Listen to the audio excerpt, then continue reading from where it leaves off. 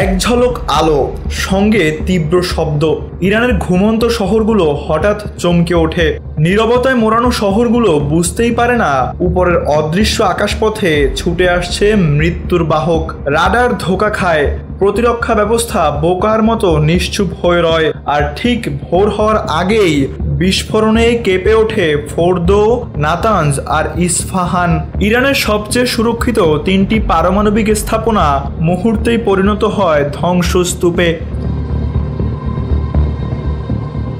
এই অভূতপূর্ব হামলার নেতৃত্ব দেয় যুক্তরাষ্ট্রের B-2 স্পিড স্টিলথ বোমারু বিমান। এসব বিমান উড্ডয়ন করে যুক্তরাষ্ট্রের মিসৌরি অঙ্গরাজ্যের হোয়াইট ম্যান এয়ারফোর্স বেস থেকে। একটানা আকাশে 37 ঘন্টা উড়ে মাঝপথে জ্বালানি নিয়ে তারা পৌঁছায় লক্ষ্যে, ইরানের ফোর্দো, নাতানজ ও ইস্ফাহান পারমাণবিক কেন্দ্রে।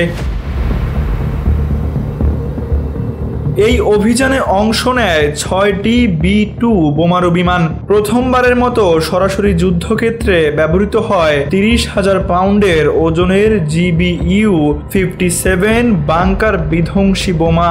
বিশেষ করে ফোর্দো কেন্দ্রটি পাহাড়ের নিচে নির্মিত, এতটাই সুরক্ষিত যে সাধারণ বোমা দিয়ে ধ্বংস করা সম্ভব নয়। মার্কিন বিমান বাহিনী এই একটি লক্ষ্যেই ব্যবহার করে 1 ডজন বাংকার বিধ্বংসী বোমা।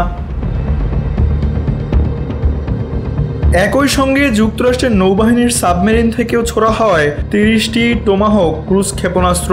এই ক্ষেপণাস্ত্রগুলো লক্ষ্য ছিল নাতানজ ও ইস্ফাহানের পারমাণবিক স্থাপনা।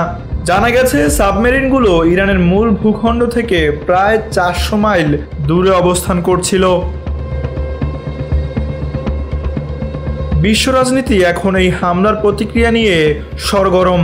এই অপারেশন কেবলমাত্র ইরানের পরমাণু সক্ষমতার বিরুদ্ধে একটি কৌশলগত আঘাতই নয়, এটি ছিল যুক্তরাষ্ট্রের শক্তি, প্রযুক্তি ও দূরপাল্লার সামরিক কৌশলের এক নিখুঁত প্রদর্শনী।